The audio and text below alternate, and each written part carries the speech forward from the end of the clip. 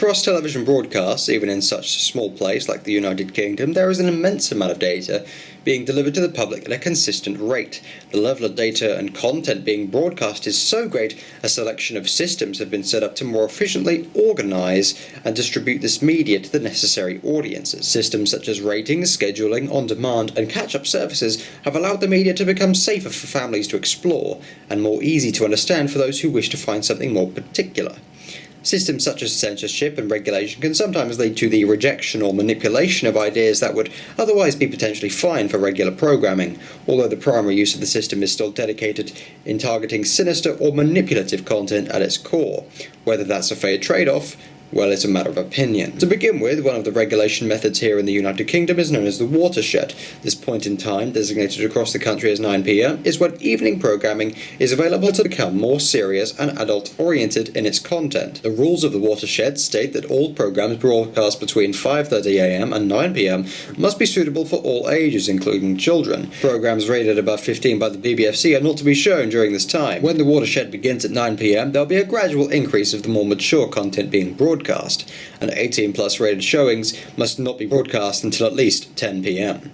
This method of regulation allows the broadcasts across the country to be easily categorized, and immature content is far more unlikely to be leaked into the minds of younger generations, as by the time the watershed is removed, many of those younger people would be asleep. Should the watershed be effectively in place and enforced by broadcasters, any broadcasted content should be easily viewable and watchable for younger audiences. There are other methods of regulation too, such as censorship. The act of censoring content is committed to protect the public from harmful content by stripping the content itself of the things that made it so distasteful in the first place. Of course, in order to discover how harmful these potential programs might be, they must be viewed, judged and certified by Ofcom. When certification is finalised and the content is deemed safe, it can be broadcast. Government and regulatory organisations across the UK have laid a set of rules and codes that programming must abide by when shown on public broadcast television. For example, the enforcement of the watershed is handled by Ofcom, the same that regulates the content and, if necessary, censors it in an appropriate manner. Many broadcasters are choosing to participate in what has become known as the ratings wars. The premise is simple: it's an effort made by multiple channels to attract more viewers and thus more ratings than their rival counterparts. This has led to the creation of channel-exclusive content in an attempt to garner those critical extra views. This effect can even be seen with on-demand services, such as the likes of Amazon Prime Video and Netflix, which have been producing their own exclusive showings in an attempt to overshadow the other service. The rise of on-demand services has also changed the way we access content across almost all mediums. The bar to entry for viewing of television content has decreased, and the sheer mass of content has increased dramatically with the rise and mainstream success of the aforementioned on-demand services, such as BBC iPlayer and 4OD. The accessibility of this content is now greater than ever, leading to far younger audiences operating their own televisions via the always available online on-demand services, and of course far less fights over the television remote. After all, why watch everything now? Well, it's just as well watching it later. Studies on audiences of television is a commonplace practice, with many scientists formulating theories on the effect of media on the human brain, and our consumption of media as a whole. The hypodermic needle theory is one which, as the name would suggest, represents a metaphorical needle being placed inside the brains of television audiences. What is viewed and fed to our brains via the screen stands as a metaphor for what is injected into us via this consumption of content. It is believed that some television broadcasts are mimetically influencing decisions, opinions, and the actions of the audience. This is backed up significantly by studies on very young children.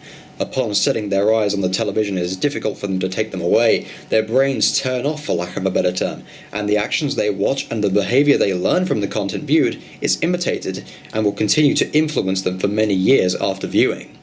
The lack of activity feeds into another theory, the passive audience theory, which states that those who watch television do not make active decisions as to what content they would like to watch, and that their viewing habits are created via influences from other viewed content. The audience will sit there, consuming content, whatever it may be, without really bothering to interact or engage with what is shown. However, another theory, known as the active audience theory, suggests otherwise. This theory suggests that audiences are entirely active and engaged with the content viewed on television, and are deliberate choosers of the programs they decide to consume.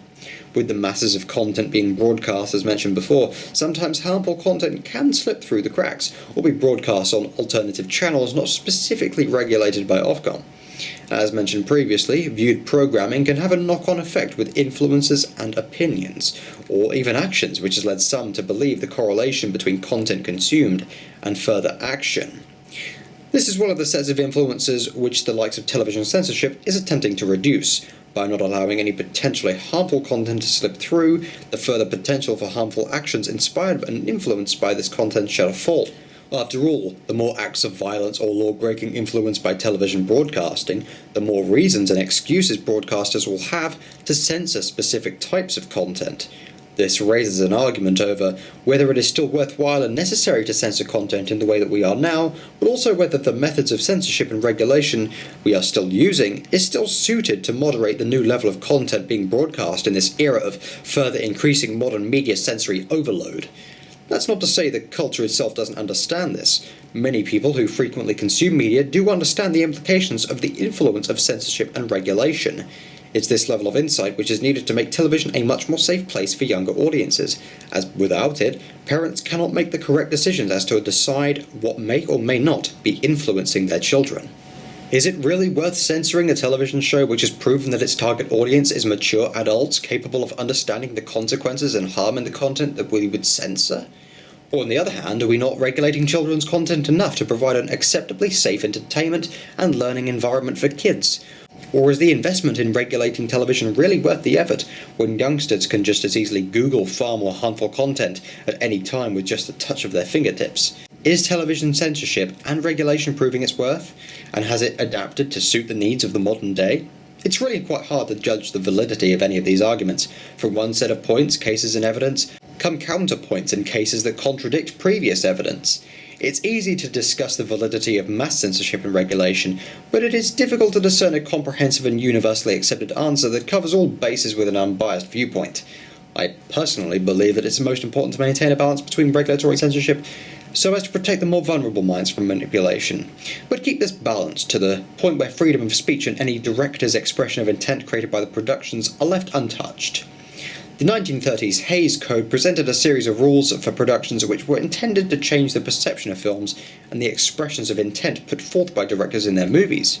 It introduced a type of film censorship which was designed to change the outlook of films to put forth a far more uplifting and well-mannered apparel. If motion pictures present stories that will affect lives for the better, they can become the most powerful force for the improvement of mankind, said Will H. Hays. No picture shall be produced that will lower the moral standards of those who see it, hence the sympathy of the audience should never be thrown to the side of crime, wrongdoing, evil or sin. Correct standards of life, subject only to the requirements of drama and entertainment, shall be presented, and law, natural or human, shall not be ridiculed, nor shall sympathy be created for its violation. These were the rules of the Hays Code, and on the surface the Hays Code appears very well-mannered and with noble goals, yet the rules are flawed due to their artistic oversight. Many of the rules in the Hays Code create a clear barrier between director and the movie's message or expression by enforcing rules which could potentially prohibit that which they are specifically trying to showcase.